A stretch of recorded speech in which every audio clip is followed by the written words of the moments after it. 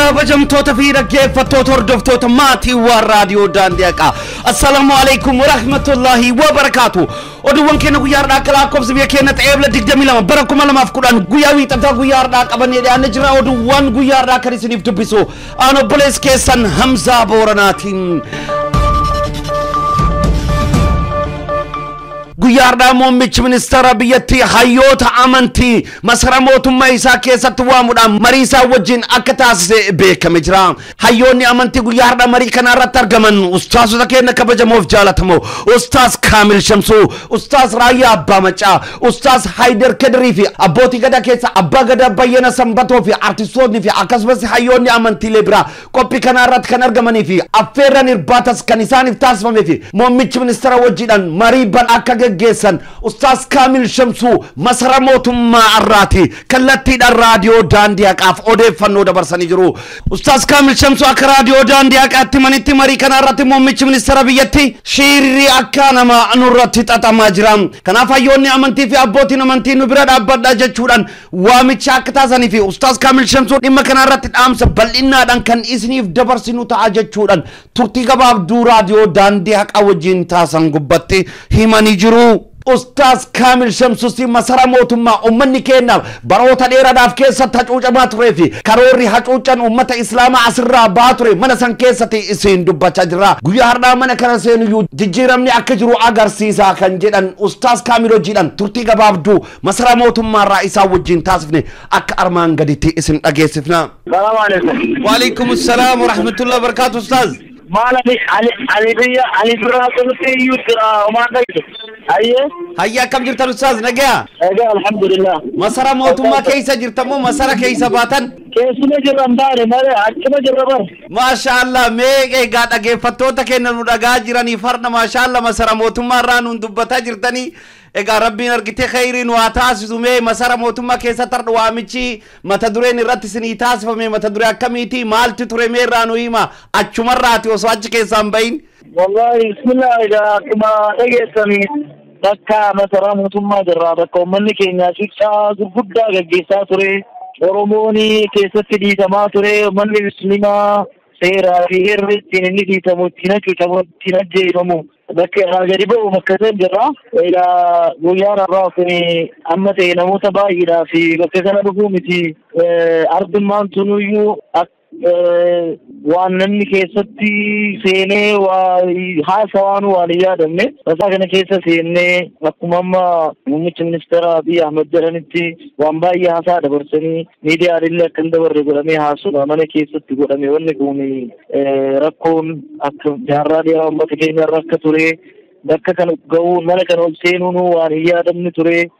Har'a garuu namni keenya namni Oromoo Muslimni osoo addaan hin fo'amin kana seenee kunuunsa jijjiirama tokko garuu waan baay'ee haasa'anii nullee bakka kanatti argamuun kunuyyuu seenaan jijjiiramaa jiraachuu waan agarsiisu duratti boodatti adeemu namoonni mirkaneessaa kennu jiru. Kanaafuyyuu seenaa addaa jechuun hin danda'ama. Ayyee hedduu nama gammachiisa nulleen hedduu gammannee mee ustaazota keenya keessaa namni nu suuraadhaan argine ustaaz Kaamil Shamsuu, ustaaz Raayyaa Abbaa Macaa, ustaaz Haydar Kadiriidha. Namoonni birallee isin wajjin waamaman eenyu faadha qaamonni guyyaadha waamicha kana irratti argaman? Akkuma itti numa sadan kana nu affeeranii warri affeerame namoota ijoodha, namoota abbootii amantaa gurguddaa, hayyoota, artistoota, abbootii gadaati namni bakka kanatti affeerame warra gargaaru warra biyya alaa warra biyya keessaa hunduu tokko taanee shira baay'ee xaxamaa jira. Wali wajjin dhaabannu waan jedhu ergaan jiru nutis bakka kanatti akka uummata muslimaa bakka bulee waamicha nu godhamee bakka kana dhufne kana wanni jiru bal'inaan yoo biraa inshallah yeroo gadi baanu ergaa isin dabarsina. Assalaamu alaykum wa rahmatullah. Ayya wa alaykum salaam wa rahmatullahi wa barakatuh. Ustaazuna hedduu galatooma.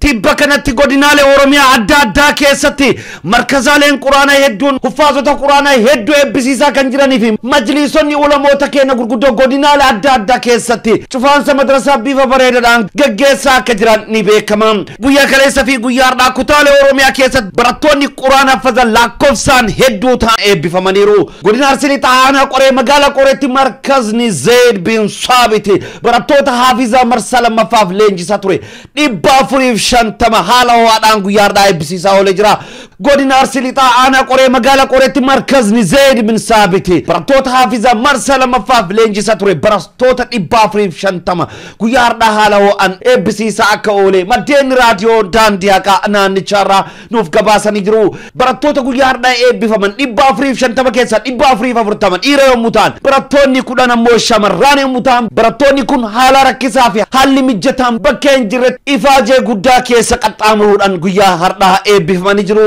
sagantaa eebba kana irratti miseensa koree fala barbaadu hawaasa muslimaaf hayyuu seeraa ustaas Kaamil Shamsuu fi akkasumas miseensa koree fala barbaadu fi hayyuu seenaa ustaas Ahmed Din Jabal irratti argamanii jiru akkasumas Sheekh Hussein Haji Ahmed Adaamaarraa Dr. Muhammad Kamal Adaamaarraa Sheekh Suudi Muhammad Adaamaarraa Sheekh Abdurrahman Dawa biyya Saudi Arabia magaalaa Riyaad irraati akkasumas ustaas Abdullah Adris Adaamaarraa Sheekh Muktar Abdullah Eddoorraa fi ustaas Qamar Hussein magaalaa Shaashamannee irraati Sheekh Khalil Qaasim Baatu irraa dabalatee aaliboonni gurguddoo fi hawaasni muslimaa kumaatamatti lakkaa'aman sagantaa kana irratti akka argaman maddeenni keenya naannicharraa kan nuuf gabaasaniiti qophiin guyyaa har'aa dirree mana barumsaa keessatti barattoonni kutaa tokko hamma 8 baratan manni barumsaa guyyaa har'aa cufamuudhaan sagantaan eebba kun bifa dinqisiisa bareeda ta'eedhaan guyyaa har'aa geggeeffama akka oole obboleewwan keenya naannicharraa nuuf gabaasanii jiru turtii obboleewwan wajjin taasifne akka armaan gaditti isin dhageessifna.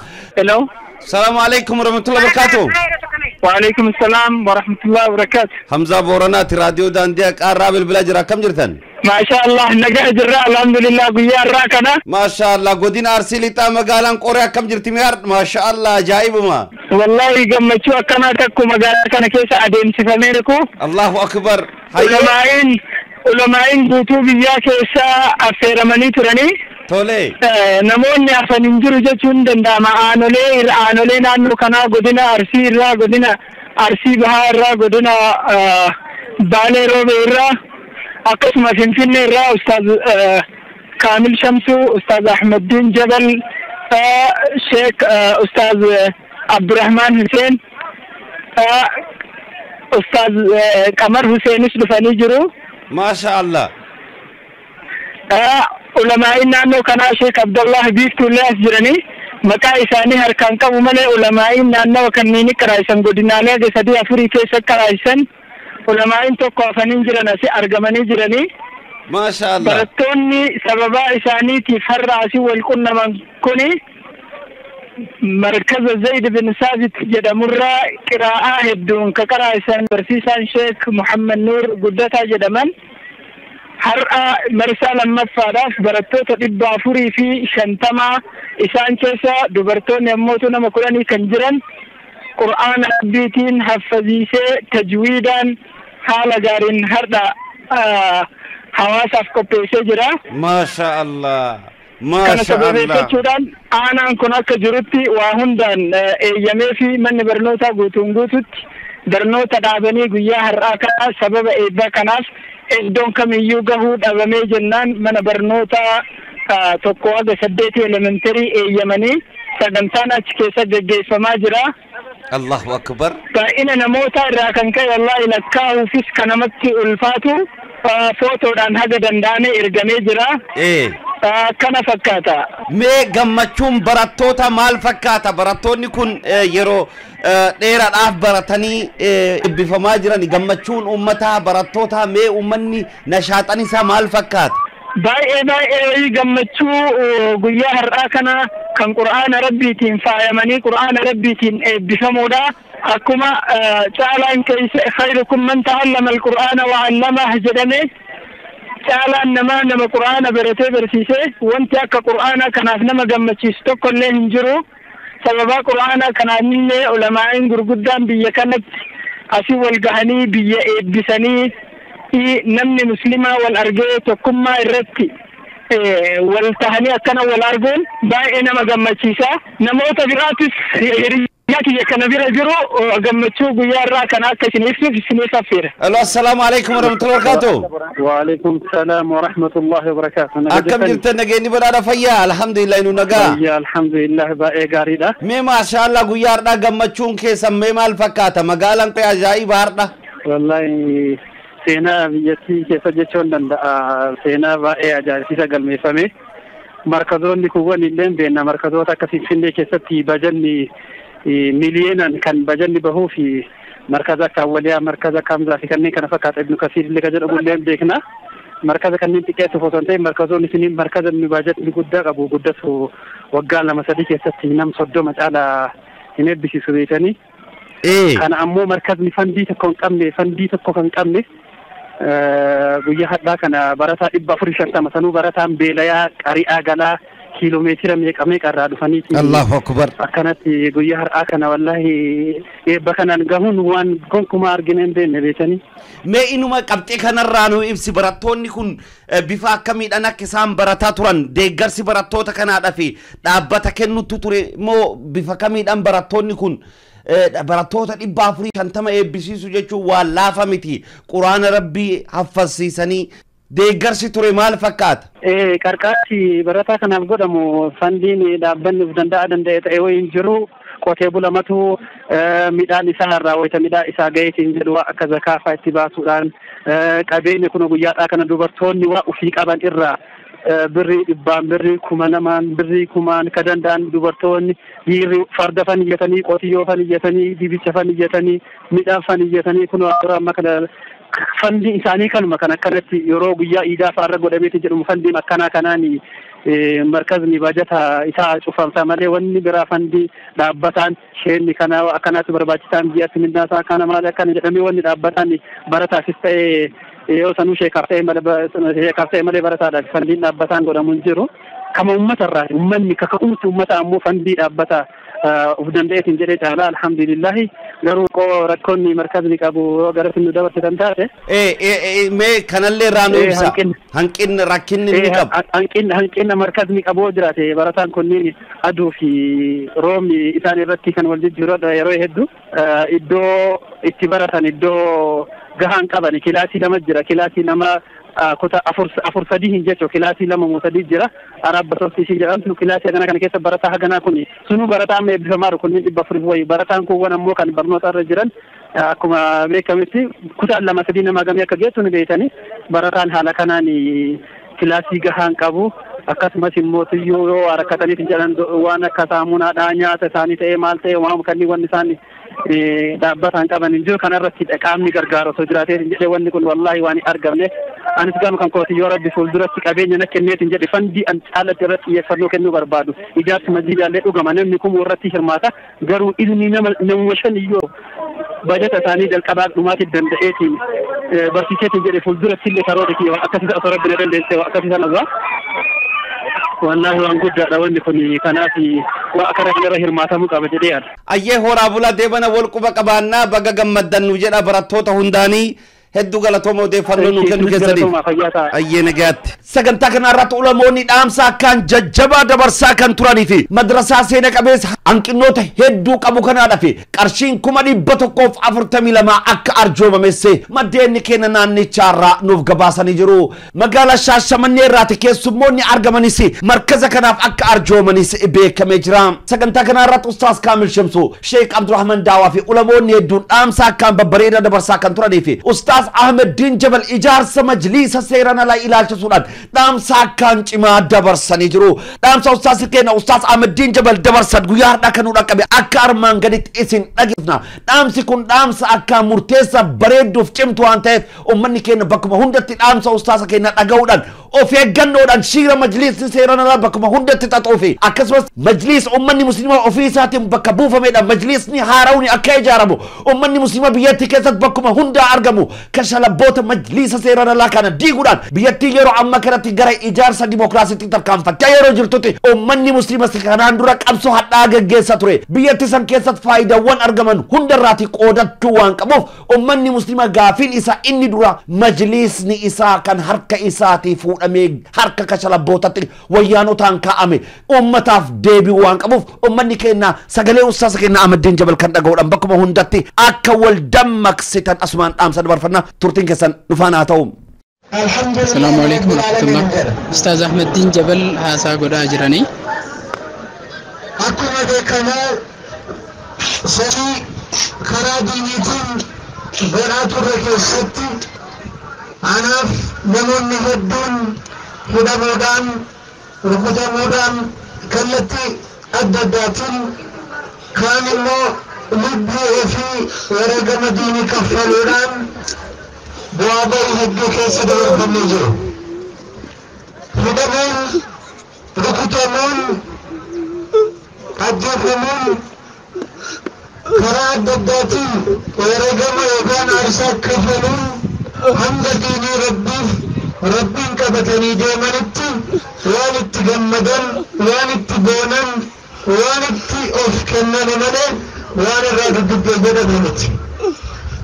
Kun immoo akkuma isin ijoollee keessan qur'aana rabbii qaraasiftanii haffaziftanii har'a haala kanaan eebbifamuu bireessanitti qur'aanni rabbii kan haala kanaan hawaasni qur'aana rabbiitiif of kennee diinii rabbii barachuudhaaf of kennee haala kanatti ijoolleen keenya haala kanaan eebbifamuun qur'aanumaaf sadarkaa isin kennitan jaalala isin diinii keessanii qabdan kan mul'isu.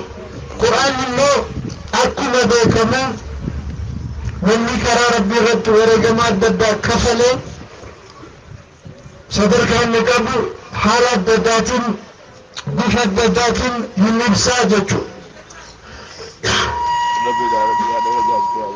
Namoonni hedduun ana eeguudhaaf sa'a dheeraa haala kanaan as taa'uun keessan bakka hin jiruttis gaafa mana hidhaa tures eegan mana hidhaadhaa bahees yeroo na dhukkubu sanas du'aa gochuudhaan addunyaa kadhachuudhaan boohuudhaan sagalee keessan dhageessisuudhaan haala dandeessan hunda keessatti jaalala isin qabdan mul'iftaniitu.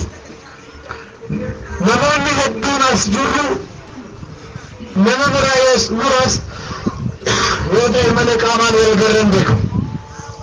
Garuu ana jaallachuun keessan ana keessatti diinii keessan akkasin jaallattan, ana keessatti diiniidhaa qabsaa'u akkasin jaallattan, jaalala isin anaa qabdan, jaalala isin dhugaadhaa qabsaa'u keessatti qabdan keessatti arga. Haaluma kana keessatti diiniin keenya, diiniin islaamaa haala nu amma jirurra wareegama hedduutu kafalamee bu'aa bahii hedduutu dabarfatee haala hunda jechuudha. Keessattuu seenaan kun qabdu keessa seenaan amantaan islaamaa keessa dabarfate yoo qorachuudhaa, dubbisuudhaa, baruudhaa walii goone wareegama suukanneessaa hedduuti kafalamee diiniin keenya haala kanaan nu gahe malee lafa duwwaa bilaashaan wamaa utuun kafalamee as hin geenye jechuudha. Namni diinii akkana wareegama itti kafalamee itti namni dhumee itti namni qabsaa'ee haala hedduudhaan keessa dabarfatamee diiniinsa as gahuu bare diinii isaa otuu waa tokko hin sodaatin, otuu mataa gad hin qabatin bilisummaadhaan diiniidhaas akka nama tokkos akka namni tokkos akka sabi tokkos karaa kamiinuu nama mataa ol qabatee nama dhugaadhaaf dhaabbatee dhugaadhaaf qabsaa'ee dhugaadhaaf tattaaffatee ummanni muslima kan ta'es kan hin taanes oromoo kan ta'es kan hin taanes hundumtuu mirga guutuu bilisummaa guutuu walqixxummaa guutuudhaan biyya irratti jiraatan gochuudhaaf namoonni hedduun haala adda addaatiin wareegama kaffaluun garaa beekamaan. Keessatti wannan isinii dhaamu maali? Sagantaa ganamaa jalqabee keessa dabarfattan keessa wanni adda addaa ergaan akka dhaamsi dabarfachuu danda'u sadarkaan qur'aanni amantaa islaamaa keessatti qabus sheekonni keessan aalimoonni keenya du'aatonni as dhufan namoonni hedduun ergaa kana hin dabarsu jedhee waan yaaduuf jala keessan seenu. Garuu akka nama tokkootti mee naannoo amma jirru kana waan kaleessa keessa dabarfata keessaa seenaan biyya kanatti barreeffamee dabarfata keessaa سينا نانو كنا أمتا نانو أما جرو كنا وقاد بافر لبشن كومتوك بدبت قافة بينو أمن تاكينياف نموني أكمل رجم كفلني كرساني ديني بغلسن كنجدو سينا را ورني برين of برسيسون والبرسيسون برباتشسا كتابان سينا بيكنا إسلام لكبير كتابتان برسكيسا لما توكو برد بجناف كدشاني راكاسي هنگا كمتكو لبتور بارت كان برس سينا إسلام بيكنا كبكيسب كان أستاذ رايا بامتشافان ورمت هيكي نموني مراسنا كيساب بسو كيسب تمالا أكيد درس كتاب عن عزيوان سديف قبسو سينا الإسلام بيكنا كيسب تبدرت ورغم كفالا مرت كان برسيس ربسون كيسب ممالا نموني أبدومس ربسو دا بكيسب تمالا أما واي كتاب الشسنا واي كتاب الشسنا متدبر أكا حواسة قوتي الحمد لله رب العالمين بجاكيني كيست كلنسي جيرما توكو كاكا جرس هرقا جرس كن وانا ربين غلطة فتن الحمد لله كانوا معلوم كنا كما جرت تايه أكا نوا مسلمات توكو مال أرغني مال تهاركا كيني سيني كراديني تنجا چوكت كرابراتين كان ولد أرغا جروس دقها جروس هدو بجكنا كيستي مسلمي أمنتان إسلاما سينا دائرا قباتشو إلين وإني مبرباتشسو حدين أما اللي سرت وجرت مال فكنا أكبية كانت سيربية كنا كيستي بهو مسلمس كان همتو مسلمس أمنتا سارا لما سارا توكو كان فلتو دركسيسو أكنتاني سيري بهو أكقبو وجدشون مرائقم سغلي كن يغلسيسو مرائقم إيانو كن يغلفتشو مرائقم كانكا فكينياف أرغنان أمة إسلاما بيكنا مجلس العلا جرمي مقالا مقافمي بركورة سجل جاتمي سدت الركاسة أما حتى سينا سادبر فتكيست مجلسني أمة هند أمنتاران مذهبان لالشان وتوعددن قودن فوق غري ولدت جمسة ملكي أمة مسلمة بيغنا كيست جيرو أكا خبجمو نموني ديني براتن نموني برمسان ميا قبن نموني أمة كنافيادن نموني تكنا أمة مسلمة يتشسو كرارو من بربانون فلنة كيس سيناني مجلسنا كانوا هقنان أكا ورمي بفامت أكا نانو كيسان بفامت أكا بيات الله إيه جركم بكا بقا كينا جركنت بكا بقا كينا جنة كانت تنقام فنة تلو قبل دبلتان مجلس آلالمتي أكو مجرد حالت هندفن صدركانت وجد مسلمة قام مسلم نكبو سجل أمة مسلمة تأي ركنا ساكن هيكو فوداف برباچسا لا وجد شكم فكم يف بيغنا كيستي سير جيرو كيسا سير وايدي نقدر ولا اللي دينقدن يوكان إيكونومين حواسني تبكر كرامن تاساتين واني سددبت هندسة تقول لي وتوهن جراتين مسلمني دلا يوكان ربا كيسا سينودا وتون دركمين رباران ألا مسلمني بانكي دابتشو أكا دنبي أكا وركان رباران دابتشو دنداني دابتا جرن أكا مسلمني بانكي دابت سير موت مانكي جانا كيسا تتيوت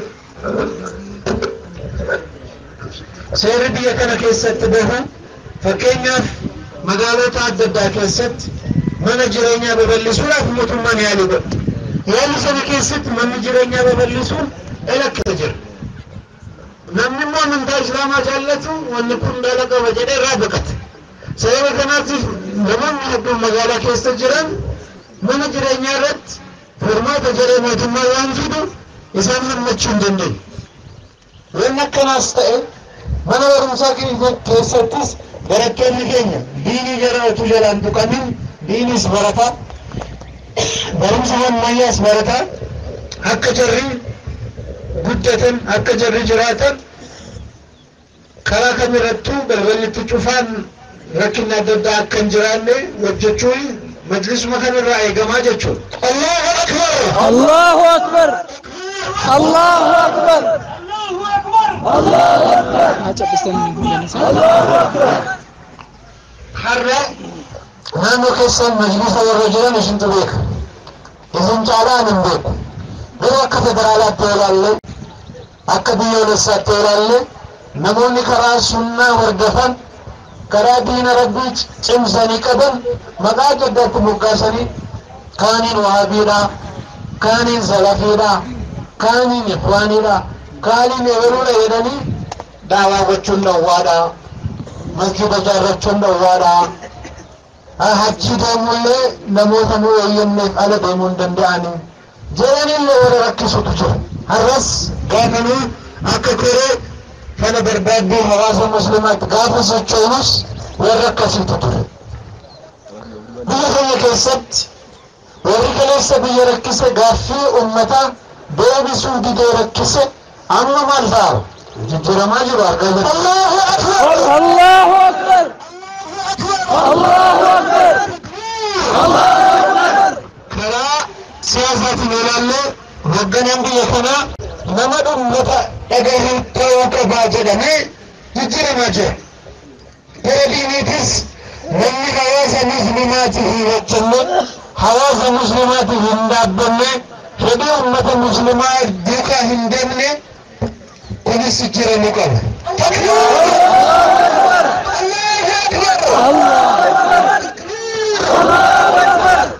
Kana yoo jennu ummanni muslimaa hogganaasaa karaa diiniitiin filachuu qaba gaafa jennu namoonni tokko tokko maal jedhu akkamitti ummanni hogganaa diinii filata? Muftii ummanni haa filatu jedhaa jiru. Muftii kan filatu warra alimootaati. Jaratu wal beeka. Eenyutti qaraa jira?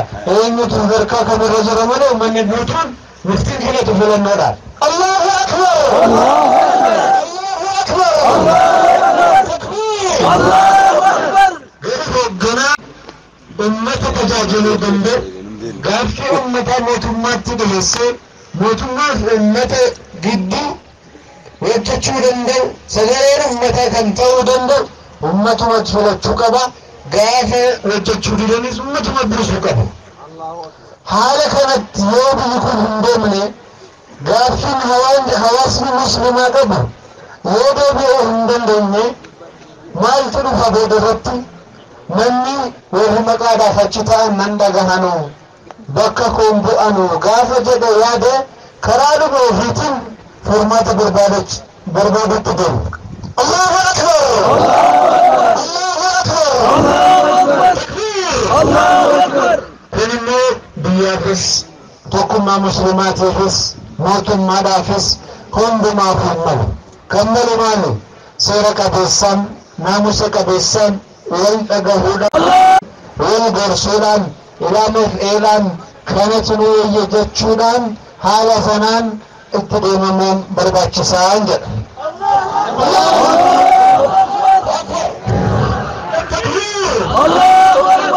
bifa wal fakkaatuudhaan guyyaadha ustaasni keenya ustaas Ahmediin Jabal magaalaa Finfinnee irraati yeroo ka'etti kallattiidhaan osoo gara magaalaa Qorettiin tarkaanfataniin dura magaalaa Asaasaa mooraa masjida Alikiraam keessatti maatii shahiidota guyyaa 14 bara 2014 wareegamanis akka jajjabeessan beekame jira. Ustaasni keenya maatiiwwan kanaaf tokkoon jiraatiif qarshii 5,000 maatii afuriif walumaa galatti qarshii 20 kennuudhaan hawaasni warra qabsoo irratti wareegama kaffalaniif ammas kaffalaa jiran bira dhaabbachuu akka qabu dhaamsa kan dabarsaniif ummanni magaalaa Asaasaa xiqqaaf guddaan karaa irratti ba'uudhaan ustaasa keenya jaalatamaaf kabajamaa ustaas Ahmediin Jabaliin simannaa akkaan bareeda taasisuudhaan ustaasa keenyadhaa fi kennaalee adda addaa gumaachaa akka turan beekamee jira.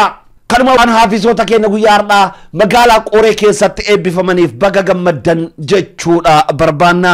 Bifa wal fakkaatuudhaan guyyaa kaleessaa godina Arsii Lixaa magaalaa Shaashamanneetti Sheek Alii Buttaa barattoota isaan biratti barachaa turan guyyaa kaleessaa haala ho'aadhaan akka eebbisiisan beekamee jira. Sagantaan eebba kun magaalaa Shaashamannee ganda Duwwaa Afur masjiida Ibnul Qayyim keessatti kan gaggeeffame yommuu ta'u sagantaa kana irrattis magaalaa Finfinnee irraa koree fala barbaaddu hawaasa muslimaa fi hayyuu seeraa kan ta'e Ustaaz Kaamil Shamsoo fi Ustaaz Muhammad Faraj dabalatee ulamoonni gurguddoon magaalittii fi hawaasni muslimaa hedduun qophii kana irratti akka argamanii beekamee jira. Barattoota keenyadhaan baga gammaddan baga eebbifamtan jechuu barbaanna. Biifuma wal fakkaatuudhaan godina Bunnoo Beddellee aanaa Coorratti madrasaan Nuur barattoota haafiza 96 fi achuma godinicha keessatti kan argamu madrasaan Yembaroo barattoota 200 ol haala ho'aadhaan guyyaa kaleessa eebbisiise.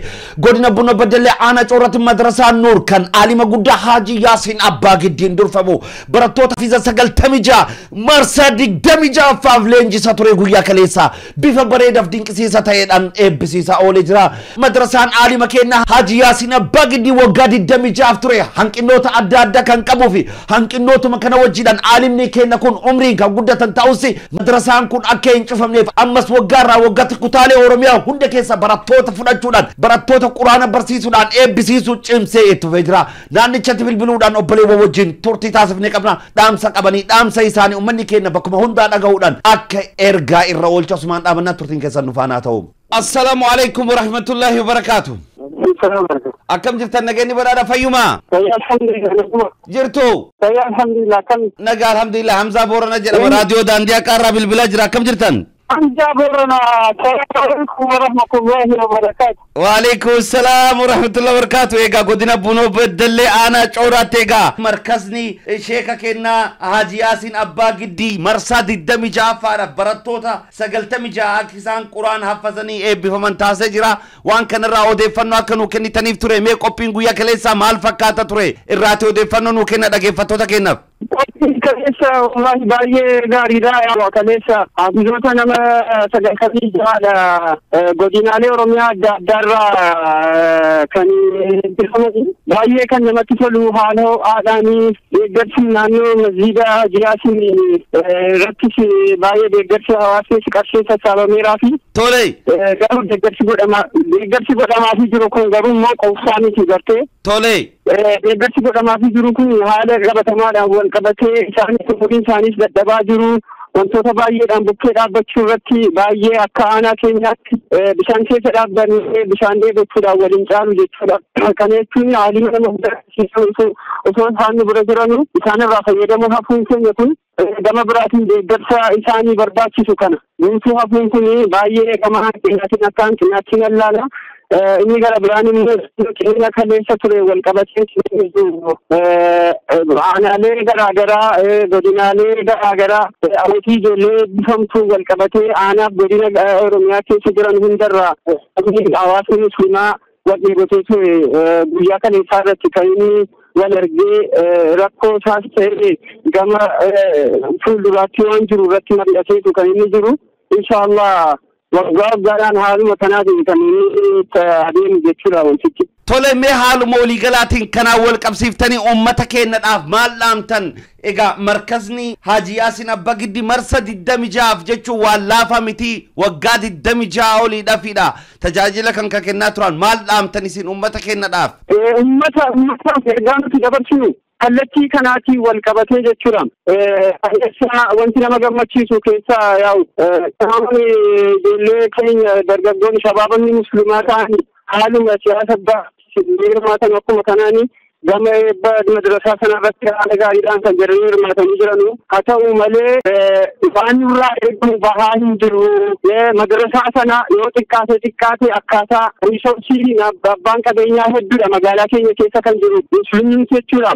Utuu deeggarsa biyya biraarraa nama biraarraa utuu barbaadiin deeggarsa magaalaa kana keessa abbaan qabeenyaallee utuu itti yaadee jedhee fooqii irratti godhee upgrade godhee madrasaa guddaa jechuudha. International muslim iskuulii banuu hin danda'a jedhanii yaadan sanarratti jechuudha. Wantoota baay'ee kan of keessatti haammate madrasaa sadarkaa barnootaatiin wal qabatee gama muslimaatiin kan kennamu kanallee upgrade gochuu hin danda'a keessa jiru. Gara fuulduraatti ishee kanarratti hojjechuutti inshallah irgaan dabarta jechuu barbaadatan. Ayyoo bulesken hedduu galatoomi. Assalaamu alaykum wa rahmatullahi wa barakatuh. Odeeffannoo nu kennu kan keetiif nagaatti. Wa alaykum salaam wa rahmatullahi wa barakatuh Hamzaash. Bifa wal fakkaatuudhaan godina Buunoo Beddelee magaalaa Yembarootti kan argamu madrasaan Yembaroo guyyaa kaleessa barattoota 200 eebbisiisuudhaan waraqaa ragaa akka kenne deenni kenna naannichaarraa nuuf gabaasanii jiru. Sagantaa eebba kanarrattis ulamoonni gurguddoon beekamoon kanneen akka Sheek Maashaar Huseenii fi Ustaas Gaalee Mukhtaar irratti argamuudhaan du'aa gocha kan oolan yommuu ta'u uummanni sagantichaa irratti argames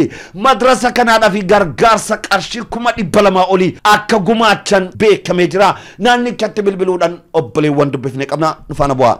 Hello. Assalamu alaikum wa rahmatullahi wa barakatuh. Wa alaykum assalam wa rahmatullahi wa barakatuh. Hamza Borana jedhama raadiyoo daandii qarraa bilbila jiru obboleessoo akkam nagaya? Abee nagaa fayyuma. Fayya nagaa jirra godina Buunoo Beddelee keessatti guyyaa kaleessa egaa madrasaan Yembarootti barattoota lakkoofsaan guddaa eebbisiisaa akka ture dhageenye mee waan kanarraati odeeffannoo nuu kenna. Guyyaa kaleessa magaalaa Yembaroo keessatti barattoota 200 ol eebbisiise eebba kanarratti immoo sheeka beekamaa Ustaas Maashaar Huseenii fi Ustaas Gaalee Mukhtaar irratti argamuudhaan baay'ee kan nama gammachiisu qalbii 200 ol irratti argamuudhaan qabuudhaan baay'ee nu gammachiisa. Hawwaadhaan namni gara 5,000 ol ta'u irratti argamuudhaan uwwisaa oolaniiru. Maashaallah Ustaas akkaataa barattoonni ittiin eebbifan maal fakkaata mee waan sanirraa nu ibsi barattoonni akkamiin barataa turan? Barattoonni barumsa jira kan afaan Arabiffaatiin barataa turanii barattoonni kutaa keejiidhaan barataa turan walumatti qabaadhaan akka waan baay'ee gaariidhaan nashiida adda addaatiin dhageessuudhaan ustaazota keenya wajjin wal nu gammachiisaa oolaniiru. Barattoota eebbifaman kana eegaa barattoonni 200 laafa miti barattoonni kun yeroo meeqadhaaf barataa turan quraana hifzii? Barattoonni kun waggaa tokko guutuu barataa turanidha. Barumsi kun kutaa tokko kaasee amma kutaa 6ffaa jalqabeera. Jalqabni isaa bara 2004dha. Tole. Barattoota hifziidhaa fi walumatti qabaadhaan barattoota idileedhaan kan halkaas wajjin jira. Tole. Haala gaariidhaan jalma kana eebbisiise jechuun barbaada. Mee akkaataan barattoonni kun tajaajila ittiin argatan maal fakkaata? Egaa markazni kun baadiyyaa keessa jira. Ummatuma keenyadhaan gargaaramoo dhaabbata isa gargaarutti jira akkaataan barattoonni kun ittiin baratan maal fakkaata? Hanqinnoonni jiran. Barattoonni kun sirrii gaaffiin kee baay'ee gaariidha. Barattoonni kun ummatumatu ustaazota qacaratee qarshii walitti buusuudhaan ustaazota bakkoo adda addaarraa fidatee walitti buusee miindaa jara kaffalaa.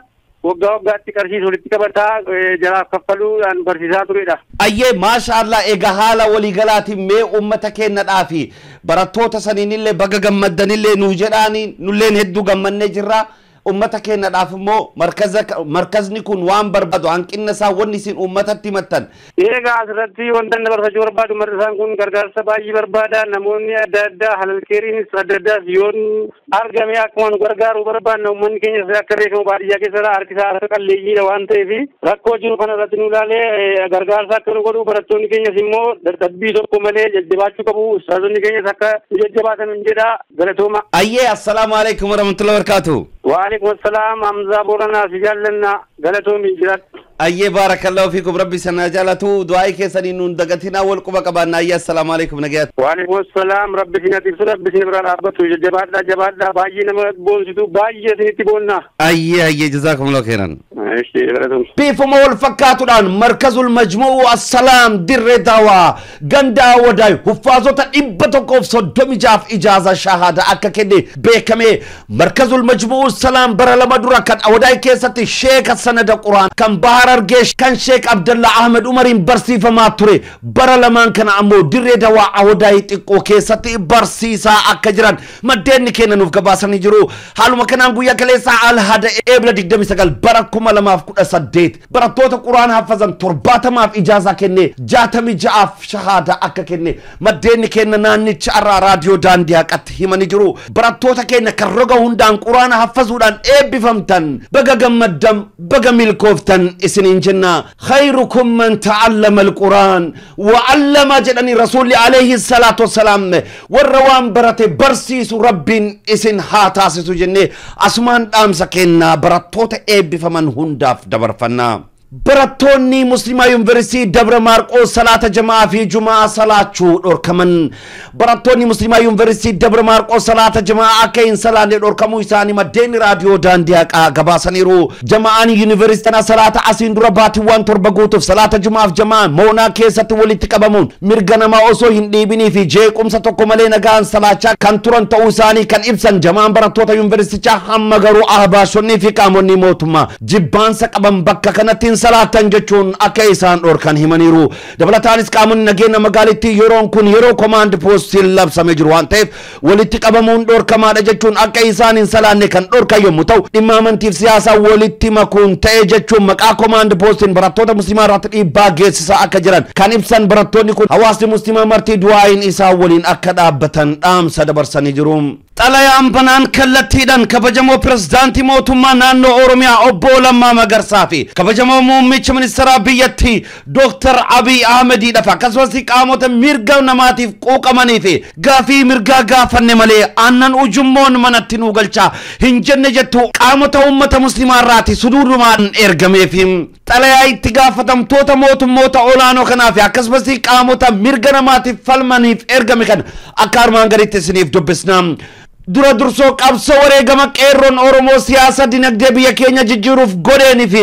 lubbuuf qaama itti hirdhateen baga iddoo amma jirtan kan qaqqabdan isiniin jenna barri kun bara injifannooleen gurguddaa laakkaaman itti galmeessitan imaana fu'aadaa ummataaf galtan itti eegdan kan sabaaf sablammii hunda qixa sirrii ta'een jaalalaa faqaan itti bulchitan akka ta'u isiniif hawwinaa dhimma ijoo akkuma beekamu biyyi teenya jaarraa hedduu sirna gita bittaa abbaa irree jalaa ba'uuf carraaqqiin godhamaa jiru kan jajjabeeffamuudhaaf dinqisiifamuudha injifannooleen boonsan hedduunis galmaa jiru haa ta'u malee carraaqqii jijjiiramaa amma argamaa dhufe kana akka galma hin geenne qaamonni dhimma dhuunfaaf dantama ta'e isaaniitiif bulan tokko gufachiisuuf akkuma duraanii shiira xaxuu baratan sakaalla hedduu dhaqqabsiisuuf yaaluun isaa hin oolles borus yaaduun isaanii waan shakkii hin qabne dhimma dhuunfaa kan biyya caalchisanii biyyaaf saba ofii akkasumas amantii ofiitiin daldaaluunis hin dhaabbannes yeroo yoo hin sirreessine hin dhaabbatus qaamonni kunis eenyummaan isaanii akka ifa aduutti kan mul'atudha hangaa'onni keenya ammoo caalatti beektu ija uummataatiif ija rabbii ijala ammoo eenyu dhokatuu hin danda'u ergaa kenna egaa uummanni keenya uumamaan badhaasa fi kenna hayyummaa akka qabu eenyu ni beeka waan gad qabamnuufus namuu ni beeka haa ta'uti garuu kanumaan wal qabatee yeroo dhiyoo asi nuti uummatni muslima biyyattii tana waggoottan ja'an darbaniif rakkoolee gurguddoof saaxilamuun keenya ifa galaadha mootummaan amantii irraa bilisa seekulaar ofiin jedhus dhimma amantiitti harka naqatee harka lafa jalaatiin harka daldaltoota amantaatiin ummata muslimaa haala suukanneessa ta'een kumaatamaan rukutuudhaan kuun ajjeefame kuun qaama hir'ate kuun hidhamee dararame kuun baqatee maatii isaatiin akka adda ba'e iccitii dirree gubbaati hanga fedhee ukkaamus ol ba'uun isaa hin oolu majlisni Itoophiyaaf Oromiyaas akkuma isin beektan kan ummatni hin beekne fi kan ummata muslimaaf amantii muslima bakka hin buunedha ergaan qabatee humnaan geggeessaa jirus duguuggaa sanyiitiif ummata muslimaa hadoochuu fi doomsu malee beekumsa amantiitis ta'ee sadarkaa barumsaa addas kan hin qabne abbaa irree haqa ummata ukkaamsuuf harka lafa jalaatiin mootummaa isin beektaniif keessa turtaniin tolfamedha hanga dhugaan soba bakka buututti carraa abbaan irree yakkamtootaaf laatedha majlisni amma jiru kun qaama harka lafa jalaatiin ummata keenya itti rukutan ta'uu nu caala isinittu keessa isaatiif abbaa isa tolcheef akka inni itti tolfame beeka kana isinitti himuun akka nama hin rafin dammaqsuuf yaaluu nutti ta'a majlisni kun mootummaan amantii gidduu hin lixu osoo jedhamu kan araddaaf ganda mootummatti waradaaf qabaleetti haala gaddisiisan filatamedha boonyes kolfines gaddines taajjabnes mormines itti miidhamnes har'a geenya jirra shiirri uummata keenya irratti raawwatame godaannisa seenaaf madaa jiidhadha hanga ammatti madaa hin qoorinidha kanaaf kabajamtoonni hoggantoonni keenya iddoo amma qaqqabdan kanaaf dura dursoon gumaachi uummata muslimaa akka laayyootiin ilaalamus hin danda'u haa ta'u malee injifannooleen keenyas abbaa irree isa moofaa sana abbaa irree isa haaratiin bakka buusu akka hin taane ifa galuu qaba kanaaf kabajamtoonni aangaa'onni ijoolleen keenya gaafii dhimma islaama kana osoo uummanni miidhame hin gaafatin ofii keessanii ni kaaftu jennee hedduu isin eegnus hanga ammatti homaa hin agarree hin dhageennes irra caalatti kabaja kabajamo obbo Lammaa Magarsaa dhimma kana keessatti shoora guddaa nama qabu waan taataniif rakkinni mirga ofii kabajsiisuuf as adeemaa jiru kana hubachuun hardhaa borosoo hin jenne atattamaan qaama hawaasa dhimmi ilaallatu wajjin marii akka gaggeessitan kabajaan isin gaafanna. Qaamolee namtolche dinqatti nu galanii nuuf mootummaa walitti buusan majliisa bakka bu'aa ummata islaamati jedhanii ummata keenya bilisa yakka itti murteessisan kana isa dhugaatiin akka nuuf deebista kabajaan isin gaafanna. Akkuma beekamu hundi keessan amantii mataa keessanii qabdu jenne amanna. Akkuma nama amantii keessanitti bu'ee seeraan falmitan nutis qaama amantii keenyatti gamu falmachuun keenya akka itti fufu akka nuuf beektan isin yaadachiifna. Filannoon hannaaf korojoo dhoksaa osoo hin taane kan dhugaa akka gaggeeffamu gaafachaa waa baay'ee osoo arginu akka hedduu isin qusannu hubachaa ofis sakattaa obsa keenyas akka wallaalaa hin fakkaanne gati itti kenna. Akkuma guyyaa rakkoo wal cina dhaabbanneef gooftaan keenya ummata keenya jettan san hojiitti jijjiiruun akka nu mariisiftan kabaja onneef jaalalaa oromummaan isin gaafanna. Ija ummataarraa hafaa. Artist Muhammad Tawil jiruu sirbaa guutumaa guututti dhaabuun gara rabbitti akka deebi'ee ibseen. Artist Muhammad Tawil kan bara dheeraaf sirba afaan oromoo sirbuun beekamu hojii sirbaa guutumaa guututti dhiisuun gara amantii isaatti deebi'uun quraana rabbii baratee barsiisuuf muratee akka ka'e afaan isaatiin qophii fuushoo irratti ifa taasiseera. Muhammad Tawil an kana booda Muhammad dhugaa ta'uun barbaada jechuun jiruu koo kana booda akka islaamummaa kootti barachuufi quraana baradhee barsiisu waan an qabuuf hojii sirba guutumaa guututti dhaabee VCD fi kaasettiiwwan sirba kootiif rifeensa guduruu koo dheeraa sana waliin gubeera jechuun ibseera. Umrii kanatti murtee akkana fudhachuu keetti maaltu sitti dhagahama jechuun gaafii gaafatameef kan hin dhaladhee reefudha akka dargaggeessa umrii 18-19 of ilaala jechuun jiruu sirbaarraa gara rabbitti deebi'uu isaa akka isa gammachiise ofitti amanamummaatiin ibseera. Muhammad Tawil eega fuudhee waggaa tokko dabruu isaa wayita ibsutti mucaa argattee jirtaa gaafii jedhuuf umrii rizqii nageenya jaalalaa fi mucaa kan namaaf kennu rabbiidha. Rabbi yoonaaf kenne hedduu gammadaa yoona dhorkates mirga isaadha jechuun waan hunda gara rabbitti hirkisuun dandeettiin kan rabbi akka ta'e dubbateera. Muhammad Tawil rifeensa isaa dheeraa kan waggoota 42 osoo hin muramin ture san muruu isaa irratti yaada kenneen dabbasaa osoo hin murin dheeressuun mallattoo raastafariidha. An ashkara raastafarii miti an ashkara rabbii Allahadha jechuun qoma isa dhiibee gara rabbitti deebi'uu isaatti akka gammadee ibseera. Obboleessa keenya jaalatamaaf kabajamaa baga rabbiin gara ofittis deebise rabbiin irra dhaabbannaa siifaa kennu jechuun gammachuuf hawwii keenya ibsanna. Obboleessa keenya sodaa tokko malee kabajaaf jaalala amantii isaaf qabu kana jajjabeessuuf kabajuun dirqama hawaasa muslimaa maraa ta'uu isaatiin ummanni keenya obboleessa keenya kanaaf bakka hundatti simannaaf kabaja isaaf malu akka taasiftaniif kabajaan gaafanna. Oduu gaddaa godina Harargee lixaa ana meessoo araddaa Husee Mandheeraa keessatti konkolaataan fe'insa tokko karaarraa maqee mana namaa seenu lubbuu namoota 9 akka galaafate gabaafamee jira. Inna lillahi wa inna ilayhi raaji'uun.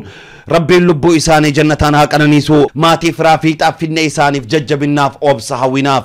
Dr. Abiy Muummicha Ministeera ergatee hidhattoonni wayyaanee uummata Walloo irraa dirqiin meeshaa hiikaa akka jiran obboleewwan keenyaa Walloo irraati dhaamsa dabarfatan. Hidhattoonni wayyaanee ilmaan Oromoo Walloo irraa dirqiidhaan meeshaa eegsisaa akka jiran maddeenni keenya gabaasaniiru. Hidhattoonni kun uffata federaalaa kan uffatan ta'us eenyummaan isaanii fi eessaa akka dhufan namuu kan isaan hin beekne yommuu ta'u dirqiidhaan uummata Oromoo Walloo irraa meeshaa eegsisaa akka jiran beekameera. Duulli meeshaa eegsisu kun hammaatee kan eegale erga Dr. Abiy Muummicha Ministeeraa ta'uun filame as yommuu ta'u hanga ammatti aanalee arxummaa fursii jiillee dhummuu gafee sanbatee baaxee keessa qawwee 50 ol ummata irraa kan hiiksan yommuu ta'u guyyaa dheengaddaa ganda Odaa Bal'aa jedhamu keessa qawwee 10 ol dirqiin kan hiiksan akka ta'e maddeenni gabaasaniiru. Gama biraatiin humni federaalaa fi milishaa ganda wal gahuun godinuma addaa Oromoo ganda Warqee jedhamu keessatti guyyaa dheengaddaa manneen jireenya Oromoota diiguuf wayitaa socho'anitti uummanni waan mormeef uummata irratti dhukaasa bananii akka ture maddeenni gabaasaniiru. Ganda kana keessa uummata Oromoo ala sabaaf sablammoonni biroo kan jiran ta'us garuu manneen jireenya Oromoo qofa diiguun Oromoo gandicha keessaa dhabamsiisuuf xiyyeeffannoon itti kennamee hojjetama akka jiru baafameera. Uummanni Oromoo Walloo akkuma Oromoota Oromiyaa keessa hacuucaaf cunqursaan guddaan irratti raawwatama waan jiruuf maqaa investimentiitiin laftii bal'aan Oromoonni 1,000 ol irraa kaafaman saamamuun namticha hattuu Alamuddin jedhamuuf kenname akka jiru gabaasuun kenna ni yaadatama. Kallattii biraatiin waldaan Maccaaf Tuulamaa uummata keenyaa Walloo Eejjuu Soodomaa walitti bu'iinsa daangaatiin miidhaman akka gargaaran maddeen kenna gabaasanii jiru. Uummanni Eejjuusii waldaa kana akka galateeffatanis maddeen kenna naannicharraa odeeffannoo nu dhaqqabsanii jiru. Kallattii biraatiin qeerroon godina Arsii Lixaa aanaa Nansaboo uummata keenya kan naannoo Somaalee irraa buqqa'ee deeggarsa akka taasisan maddeen kenna naannicharraa nuuf gabaasanii jiru. Namoonni obboleessa keenya Muhammad Seen ajjeesuu shakkaman to'annoo jala oolan lama guyyaadhaan mana murtii Johannesburgitti dhiyeeffamanii akka turan ibsame. Namoonni lamaan Faisal Zinaabuu fi Khalid Jamal kanneen ajjeechaa dargaggoo Muhammad Seen shakkamuun hidhaarra jiran guyyaadhaan mana murtii magaalaa Johannesburgitti dhiyeeffamanii akka turan himameera. Namoota kana mirga wabiiniif namni sabaan kan baata ta'e kan ajjeecha obboleessa keenya qindeessuu keessatti shoora qaba jedhamee shakkamuun Maamush Hosaana jedhamuun beekamu tokko poolisoota mallaqa nyaachisuuf socho'aa jira dubbiin jedhu haaluma dhaga'ameen Oromoonni magaalitti 300 ol ta'an amantii lagaaf gosaan osoo waliin qoodin tokkummaatiin mana murtiitti argamuudhaan mirgi wabii akka hin kabajamneef akkasumas shakkamtoonni miliqanii jiran to'annoo jala haa oolan jechuun sagalee isaanii dhageessaa akka oolaniif manni murticha sababan namni baay'ateef nageenya keenyaaf sodaanna jechuun dhaddacha cufaa erga taasise booda beellama jijjiirama gaafa Eebila 30 bara 2010tti beellama jijjiirama akka qabe beekameera. Dhimma kana itti gaafatamtoota koomunitii Afrikaa Kibbaa fi maanguddootaaf qeerroo naannichaa dubbisaa wanta jiruuf raadiyoon Daandii Haqaa dhimma kana hordofuu wanta jiru kana hawaasa keenyaaf beeksifnu ta'a. Kabajamtoota fi dhaggeeffattoota hordoftoota maatii waan raadiyoo Daandii Haqaa oduuwwan keenya guyyaadhaaf qabannee dhiyaanne kana fakkaatu qophiiwwan keenyaaf wajjin turmaata gaarii.